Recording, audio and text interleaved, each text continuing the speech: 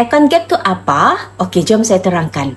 Account gap ini adalah akaun simpanan emas. Konsepnya sama kalau kita simpan duit dalam bank, tapi ini kita simpan emas dalam account gap. Nama penuh untuk account gap adalah Gold Accumulation Program, iaitu program kumpul emas. Account gap ni di bawah syarikat Public Gold.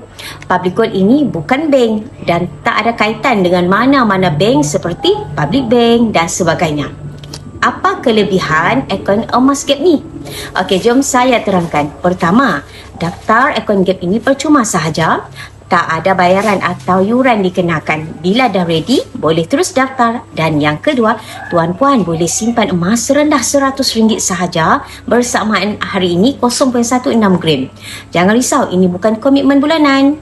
Jadi fleksibel nak simpan bila-bila masa. Ketiga, tuan-puan boleh keluarkan emas fizikal bila-bila masa. Minimal 1 gram emas dalam akaun boleh keluarkan.